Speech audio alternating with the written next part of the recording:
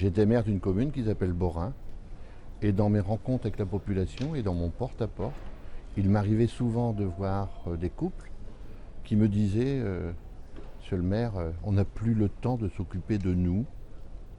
Ma femme ne va pas chez le coiffeur, on a un enfant trisomique ou un enfant tétraplégique et nous n'avons plus de vie.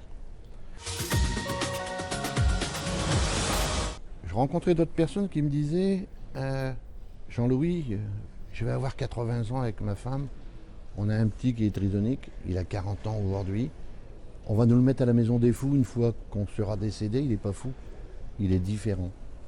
Qu'est-ce qu'on fait?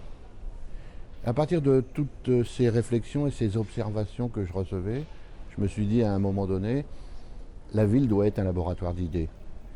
Et la ville doit être le lieu où on bouscule l'ordre établi. Qu'est-ce que la différence? Est-ce que nous ne sommes pas tous différents? Mais est-ce qu'en même temps, on n'a pas tous notre place dans la société?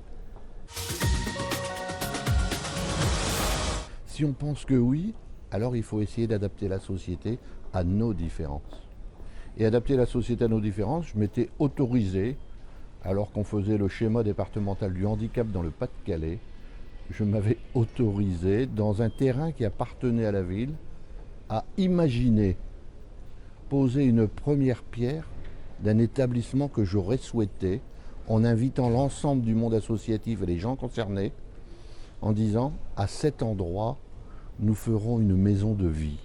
Je n'ai pas dit un foyer, j'ai dit une maison de vie, des chambres individuelles, de studios, avec les meubles que les enfants, chez eux, ont leurs souvenirs, comme on peut les avoir. Mais il y a des choses qu'ils ne savent pas faire seuls, et être dans un espace où ils peuvent aussi recevoir d'autres possibilités, le soin, la coiffure, leur donner l'envie de vivre. J'ai voulu aller plus loin. Lionel Jospin était le Premier ministre de la France. Je suis allé le rencontrer en lui disant, mais si ces enfants sont dans cette maison de vie, c'est une maison. Pour favoriser sa construction, vous avez, vous le Premier ministre, une enveloppe de possibilités de PLA, l'aide financière au logement. Ce que l'on appelle la catégorie 1, c'est l'enveloppe du ministre pour aider les dossiers bien particuliers. Est-ce que vous ne pourriez pas me mettre 36 logements? Sans discuter, sans chercher à savoir s'il ne devait pas les placer ailleurs politiquement, il nous les a donnés. C'est que depuis ce jour, que quand on construit des établissements pour handicapés, c'est une possibilité de logement.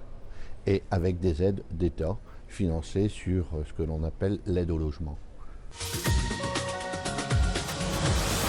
À l'époque, je passais, comme vous l'avez vu dans l'article, pour un martien qui fait un peu n'importe quoi.